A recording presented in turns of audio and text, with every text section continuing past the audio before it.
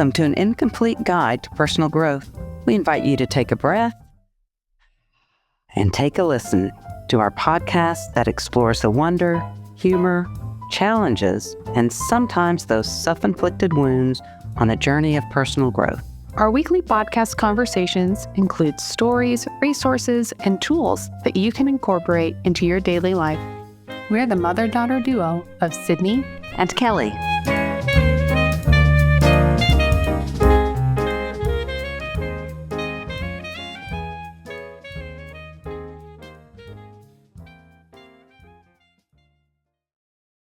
Hi, Mom. Hi, Sydney. How are you? I'm doing great. We are back. We're back. Another week with Bernie. I'm so excited. Not a weekend. Sorry. Another week. Oh my gosh. Yes. You and Bernie. Yes, we agree with this. We what do. Is your thing? So I open my email and I get this. Hi, and Amelia from whatever. Wherever. I bought some jeans recently. Yes. And it was like, and it's like you. I don't know you, Amelia. Yeah. And it's not like they're sending that email to everybody. Yeah. Mm-hmm. And it's like, what are you doing that? You're trying to fool me. I think we're friends. If we're friends, right? Like we're friends. And text too, they do that. Yes. Like, I know. And then they're like, Bernie, we think you might like this style. Yeah. And I'm like, that's where I'm like, you don't know me. You don't know what my body looks like. You don't know what would look good on me. Yes. That's what you think. That's what you I know. But then you open it, you look at it, and you do like it. No. That's mean. I know. It's like they think they know your size, and then they just know everything about you. Oh, I know, right? And I bet that's what everybody's getting, buying Christmas gifts and all these quote-unquote personalized. But emails. okay, so they do know my size. So remember when we went on that cruise, when Dad and I went on that cruise, and I decided that I was going to have a personal shop for me because that was my biggest stress about having to go anywhere. Mm-hmm. Yep. And so Nordstrom, they'll do it free. So I went, and this guy had all my clothes picked out because they could see what I ordered online and said, according to that, here's the sizes. You're like, whoa, that's personal. It was personal. right. Personal shopping is very personal. It was. So I was like, okay. That is so funny. So they do know your size. Yes, but that's scary. But no, get no more. I'm sure coming Christmas. But don't be sending me. Yeah, hi. You both do not like personal. I don't want personal. No, I don't want personal. So funny. And when they call you and they're like, oh, hi, Bernie. Yes. Bernie, like they don't even know how to say it, but they're acting like they do. They're like Barney, and I'm Barney. like, we're not friends. Don't be all cheery like we are. That's so good. I love you it. guys are nice. So that's good. Yes. This week, yes, talking about eating and the holidays. That's right. Bernie, can you go into your background just a little bit with eating? Yes, with eating stuff. Yes. So I my first internship ever when I was a student intern actually was at Ed Casa in San Antonio, the Eating Disorder Center of San Antonio. Yeah, Ed Casa. And so I interned there for 2 semesters, then stepped away for a little bit and worked in the OB office, even though I ended up working a lot with disordered eating disorder, body image issues while I was there too. And then I came and started working for the Eating Recovery Center of San Antonio, ERC. Maybe I worked there 5 to 6 years. I was a primary therapist. I worked with all ages. We would do family counseling because a lot of it is family work. Like the person with the eating disorder is the quote unquote identified patient, but the whole family has to work on things or support system. And so I worked there for a long time. Then I left and decided to do private practice and continue. I still to this day continue to work with eating disorders as just part of what I do because I enjoy it, it's fun, and I don't know. I like it. Yes, It's a good thing. Everybody's got got their niche, or else we don't have anybody help us. Yep. And not that we're necessarily this week focusing on eating disorders, but I think eating and holidays and body image, all that stuff is also wrapped. At least it is. It is so all wrapped up Yeah. in there. Yeah. Yeah. Everybody, I think, Yeah. can relate. And honestly. I think there's a lot more Yes. of the eating disorder, disorderly eating, whatever. I mean, I've heard different terms lately. Yeah. And then we think. Yes. Yeah. So why do you think, Bernie, since you're so in it, like food and eating and all this stuff, like why is it such a topic in society? It's like it's the center. Yeah. And like, and just, I think, and not that, and of course we share meals and it's a way to have community, all that, like that's the positive stuff. But I feel like a lot of people will comment, think, oh, you went for seconds. Oh, and look at your plate. And like, why is that such a thing people focus on? Yeah. Well, yeah. And I mean, food eating is social, it's important, all those things. Connecting, it's how you express yourself, it's how you pass on heritage. Like food is supposed to be a vital, like a big part of our social life. But then you put like social media in there and it's like a epic storm, you know? I mean, I think one of the reasons is like, I think we've moralized food too much in our society.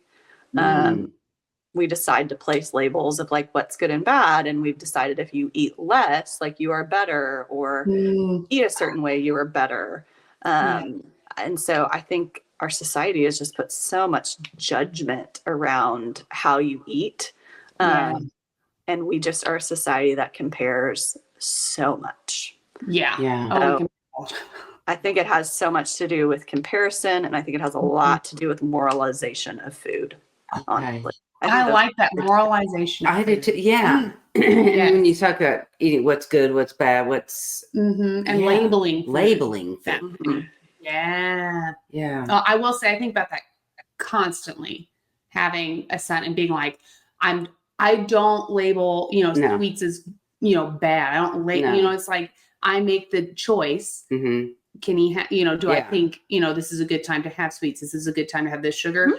And I make that choice ahead of time. It's not based on anything, because I think if you start making it that way, that it is a focus for them. And everything kind of just needs to be somewhat neutral. Eat all your food, and then you can encourage, you can model. But food needs to be somewhat neutral, in my opinion. Somewhat neutral. We could have we could do a whole podcast on like food and like kids and like family one day. I love how to feed children. Is like I'm working with a dietitian right now for my son to like make sure I'm doing it right, because I do things right. Awesome. But just because it's interesting to me, but also like just because I do it for a living, like I don't know, learning how to feed your kid and not put your things on them.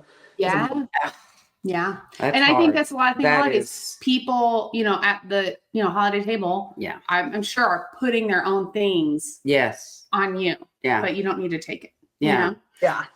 Well, and my parents. Every time somebody would come, it's either you've lost weight, you've gained weight. Every time. Oh my gosh. It was like, okay, so how do you eat? So when we get ready to sit down at the table, what is a healthy mindset to have? Or like, what are some good phrases for yourself? Like how should we, what? Are you talking about like, this is Thanksgiving and we got food galore? Is that when you're talking about? And Christmas and whatever. Like what is the mindset to go into holiday eating? Well, holiday eating, I think, is so much to do with enjoyment. And I think we try to take that out of food a lot, our society. And so I think, walking into that meal knowing like there are no bad foods is such an easy one. I think reminding yourself that all foods have a time and place, right? Like Thanksgiving, it has a time and place. Thanksgiving foods, you can also have them at other times, but like it's the normal time to have it. Right. I think reminding yourself that like all bodies deserve to enjoy food is another one. I think making sure like the food is part of it, but the connection with others is like the most important part. Yeah. Yeah. I think reminding yourself, like, you can have this food whenever you want. You know, I think a lot of times people go into the meal and they're like, this is the only time I can have this food. And so usually they go into a state of binging when like, you can be like, you know what? I can make a pumpkin pie in April if I want to. Yes. What a concept. I don't think about that, though. I like that a lot. Yeah. Because I think that you gotta eat it all now. That tends to be my mindset. I'm not Which, laughing. if you want to eat it all right then, that's not bad either. If you want to be overly full, that's not bad either. Right. It's okay. I was just thinking that because I thought sometimes I do, you know, I just want one more. I'm a stuffing person. I mean, it's the, you know, stuffing of the turkey. Yeah. Both ways. But it was like, I love this. Yeah. Yeah. And I know I'm going to feel full. And maybe I'll eat dessert much later in the day. But, you know, but it's trying to get myself feeling okay with feeling that way. Yeah.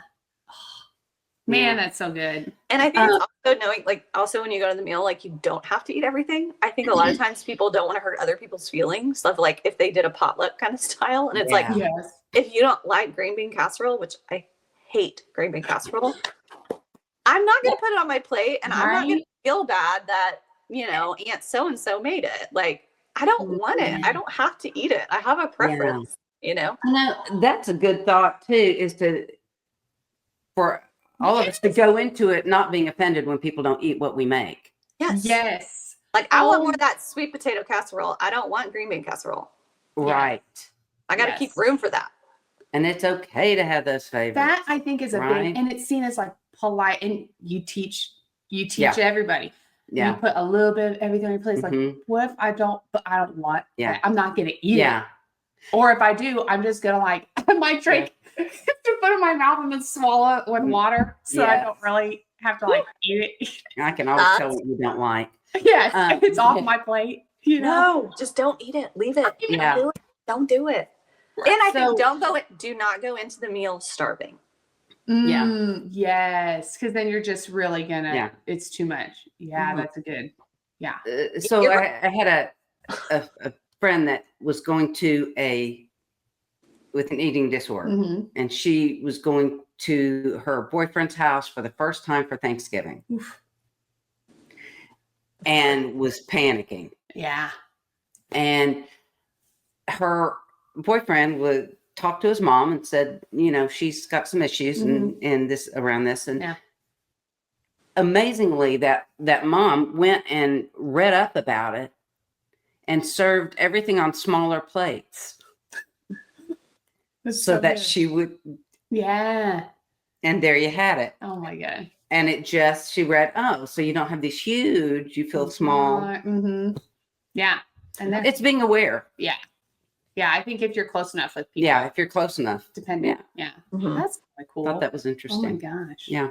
Oh, but I like, don't go into it starving, because I feel like that is a lot of people. I'm not going to eat anything all morning. And then. Yeah. Yes. 1, so bad for your metabolism. 2, then you're just mean. You know, like, you're hangry. Because you're hangry. That's right. You know? And it's like, if you're starving, you eat really fast and then you get full faster and then you can't even enjoy it. You're not like enjoying the food. Yes. Yeah. And you know, one of my favorite parts when I make the turkey is the skin. Yeah. And there's nothing healthy about it. No. Everybody judges you, but you're like, if once a year I eat this and it kills me, I guess I'm going. You know, that is so it's good. like, you know, you're gonna eat. Yeah. And so that's funny. Oh my gosh. I mean, we all have our things we love. There's nothing wrong with it. Exactly. Yes. So what are, you know, kind of almost tying in a little bit our boundaries from before. Like if we go to, you know, whatever party or whatever, and we're somebody that can be triggered by, you know, what people say or, you know, comments and stuff. What are, you know, sort of boundaries we can have for ourselves, or things that we can do to keep our peace, you know? Yeah. I mean, I think if you know who you're like going to be at the meal with. I think it's making sure you sit by somebody who's like knows your story maybe, or at least honor it, you know? I think if you know somebody's going to, you know, take a bite of the pie and then say, oh, I'm going to run extra tomorrow. Yes. Like, maybe not sit by them, you know? So I think you know, decide where you're going to sit. If it's better to sit at the kids' table, be like, you know what, I'm going to go sit with the kids today. Yeah. I think that's one. I think, or again, the more direct, like, hey, can we, you know, I think you could run if you want to, but you can also just eat the pie if you want to. I love that. Like, you can also just have pie, you know, or come on. you can also be like, I'm going to eat this, but, you know, I'm not going to run extra tomorrow. But I think it's really in that it's like, if you know you're coming in that way, I think it's placing yourself at least next to somebody who you can like talk with. Like, definitely keep it out of it. So I think if, you know, I think there's a lot more to it, but I think that's like the most important. You know? It's funny because I'm over here being snarky, thinking about if somebody said that, I'd be thinking, so why? You know why? Oh my gosh. You would be snarky. I would behave. So you touched on some of them, but what are beneficial, good, but like healthy habits that we can have going into, you know, these very food heavy events? So you mentioned like, don't go in starving.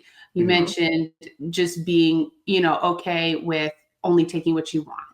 Like, what are some, if you have any other like tips and stuff like that? I think knowing when you're hungry and when you're full, like that's, you know, knowing what fullness feels like. Because it gives you the signal to stop. Which I think is trickier, honestly, especially in our American society, than most people think. And knowing when you're full. Knowing when you're full, and I'm thinking holidays and there's alcohol often involved. And that can affect. Right? Being aware of that. I think knowing, like, also sometimes you're during the holiday, like, it's like, with the alcohol, it's going to be there. You're going to have it. And you may eat a little more because of it. And I think it's like learning, like, it's not that big a deal at the end of the day. You know, I think it's reminding yourself of like, it's, you know, this is a meal it's just a meal and we move on kind of thing.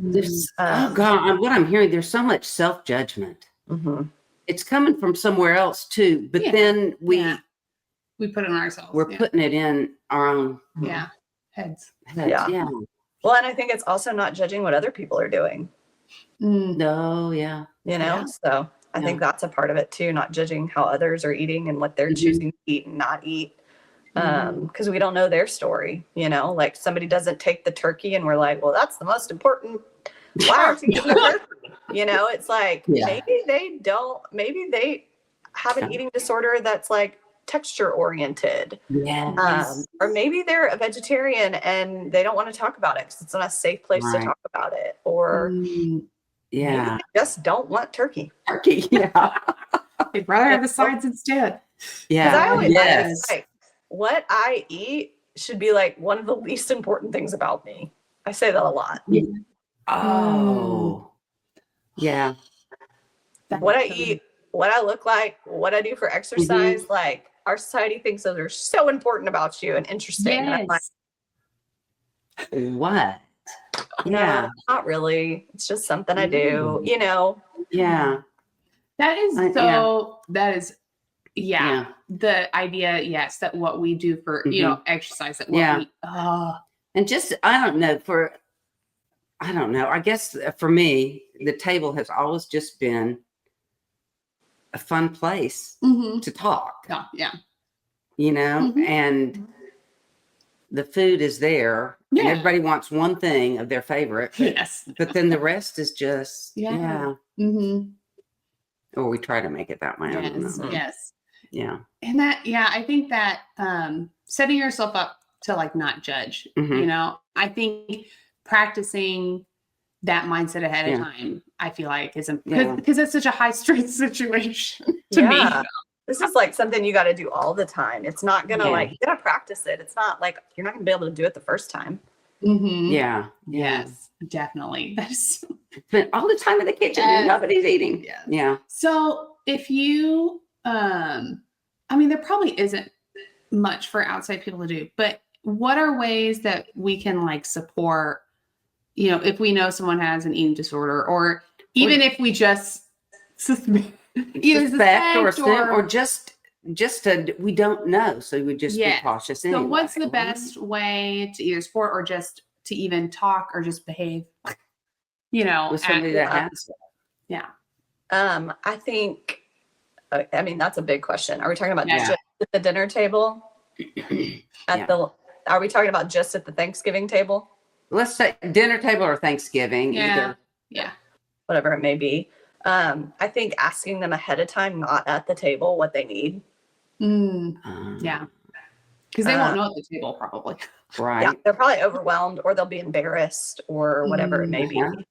And I think it's just asking what they need, like help with, and asking what they don't need help with. Okay. Sometimes I think like it's like I feel like we go to one extreme or the other. We either over help somebody or we under help them, you know. And so they may not know, and so I would like even ask them before they even got there. Like it would need to be a conversation way ahead of time. Yeah. By yourself. Yeah. Definitely. Because I think that's like the biggest thing is like everybody's eating disorder is different, you know. They may be like, hey, I actually just need you to plate my food for me. And and you could offer that. Would you want me to do that for you? Or maybe they need you to sit by them, or maybe they need you to check in with them afterwards because they use behaviors that are maybe they purge, and so after the meal they're like, hey, can you want to walk with me? And so I think there's like so many different things. I think again, it's like not commenting on, and if people comment on their food, like trying to stop that, you know, like like, ooh, that food, your plate is all yellow. Everything's yellow on your plate.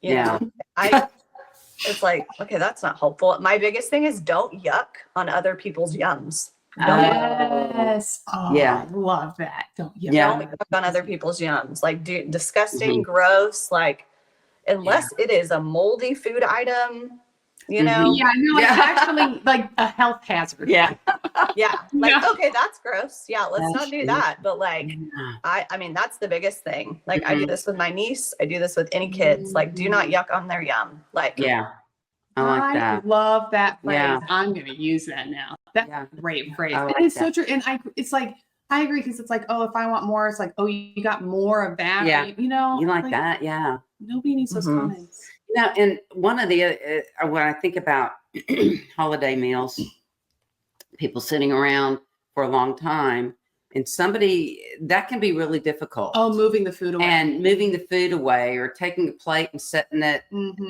So it's not just sitting there. Yeah.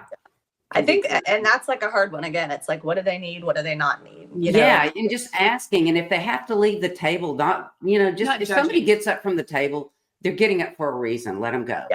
Yeah. It might be food. It might be some other reason, but rather than going, no, we're all sitting here, you know, well, they are. Let them, you know. Well, and again, I think that's back to like asking them, like maybe the person and their therapist are like, hey, I actually want you to sit in front of the food the whole time and see if you can expose to it. Right. And so it's like, sometimes that's the exposure, is like being in front of the food and letting it be there, and like seeing if they can still engage in the conversation. You know, that's good. And so I think a lot of times like support people want to try to just make the person comfortable. Make it too easy. With eating disorders, actually, it's learning to be uncomfortable, and most eating disorders, like to be uncomfortable and still be able to do it too. Like you can be really scared and you can eat your food. You can be sad and you can eat your food. You know, and so I think it's so specific to each person, you know, because disorder, I mean, I have a client with an eating disorder and then they relapse and their behaviors are so different, what they do. And like what's hard for them and not hard for them, you know? Maybe before they have anorexia, maybe they just restricted with calorie counting. And now they're like really into like clean food or like not eating certain seed oils or, you know, and so like what people are doing and what people need is super individualized. Very different. Yeah. Yeah. So just being open Mm-hmm. in a safe way to those people, right?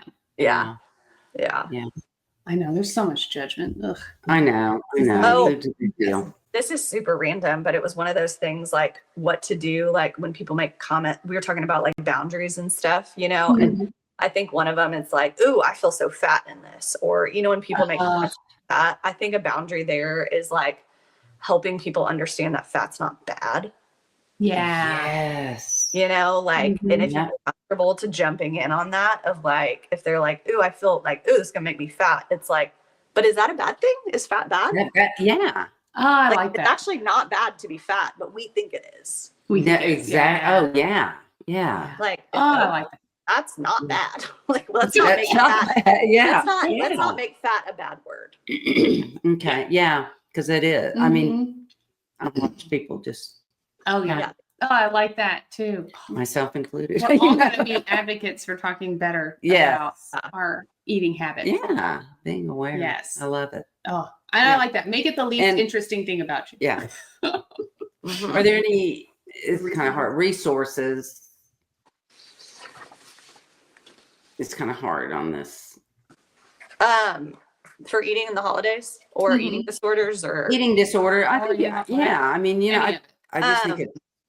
Well, there is, which I found because we moved and I'm unpacking boxes, but like I found randomly, and this is a good one. It's a book. It's called Loving Someone with an Eating Disorder. And so it's understanding, supporting, and connecting with your partners. And I have had several of my clients, significant others, read this, and it's been really helpful. It just kind of helps you understand a lot more about what they need. And also helps understand how your partner's like eating disorder also impacts you. And so this is a book that I think has been really helpful for a lot of people. So that's a really good one. And I think anyone can read it, but there is like the end talks about like intimacy and sex and all that jazz. But I think that's a good one. I'll link it.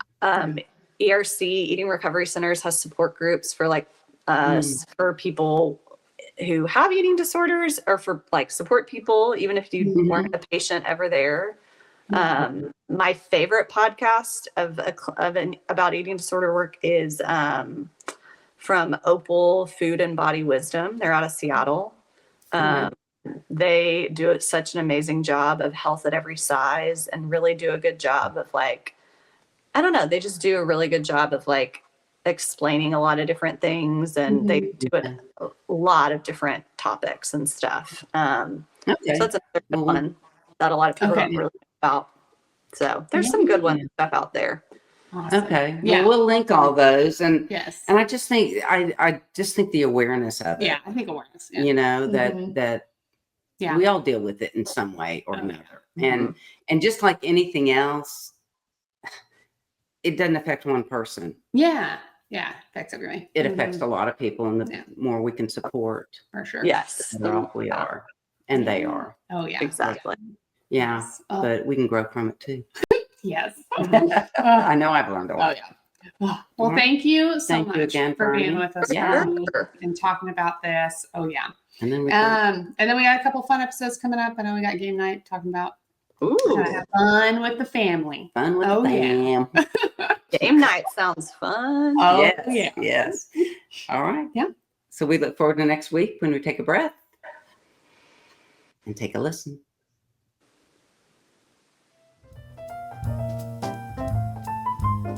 Thank you for listening to this week's episode of An Incomplete Guide to Personal Growth. There are many ways you can stay connected. Follow us on Instagram at An Incomplete Guide Podcast, where you can sign up for our email list and get posts that delve deeper into our weekly topics. Make sure to subscribe to our podcast page wherever you listen to your podcasts. We would really appreciate a rating and sharing us with your family and friends. We're so glad you chose to spend your time with us, and hope there was a thought, a resource, or a laugh that you can take on your journey We'll be here every Tuesday for you to take a breath and take a listen.